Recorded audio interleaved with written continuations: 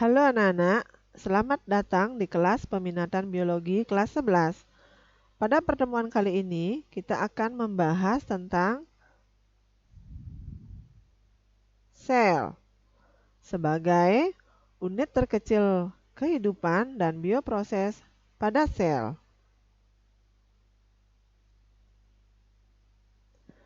Adapun standar kompetensi pada materi kali ini adalah memahami struktur dan fungsi sel sebagai unit terkecil kehidupan.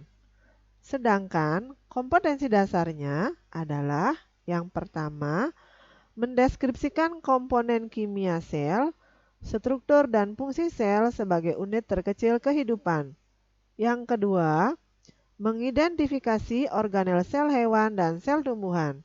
Yang ketiga, membandingkan mekanisme transport pada membran, baik itu difusi, osmosis, transport aktif, endositosis, dan eksositosis.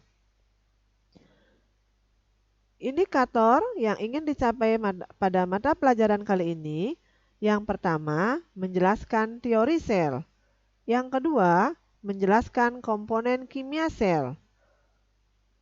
Yang ketiga, menunjukkan bagian-bagian sel berdasarkan gambar literatur. Yang keempat, menjelaskan struktur bagian-bagian sel beserta fungsinya.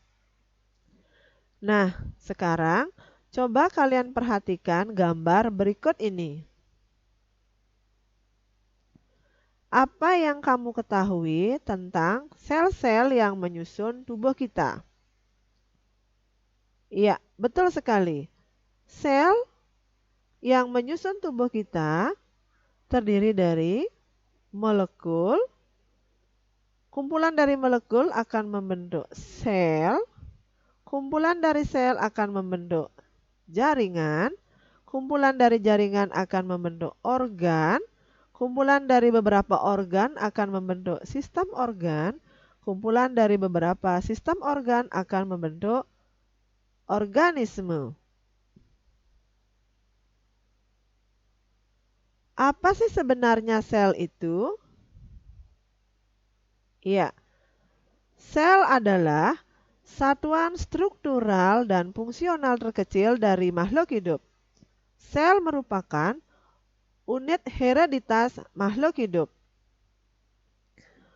Sel dikatakan sebagai unit struktural karena mereka membentuk organisme.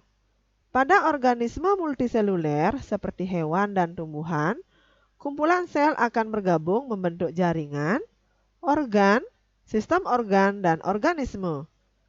Sedangkan sel dikatakan sebagai satuan fungsional karena beberapa proses kehidupan dasar seperti pencernaan, pernapasan, ekskresi, dan yang lainnya juga dilakukan oleh sel, baik itu pada organisme uniseluler maupun organisme multiseluler.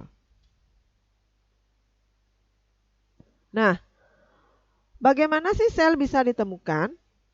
Ya, jadi pada tahun 1665, seorang ilmuwan Inggris bernama Robert Hooke mengamati irisan tipis jaringan gabus melalui mikroskop yang sederhana.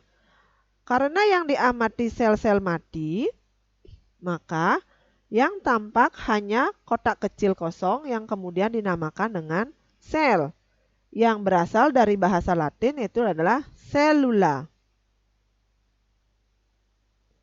Kemudian pada tahun 1838 sampai 1839, Schleiden dan Schwann mengemukakan prinsip dasar baru tentang sel. Yang pertama, semua makhluk hidup tersusun dari satu sel atau lebih. Yang kedua, sel adalah unit dasar dari struktur dan fungsi pada makhluk hidup. Sedangkan yang ketiga, sel berasal dari proses penggandaan.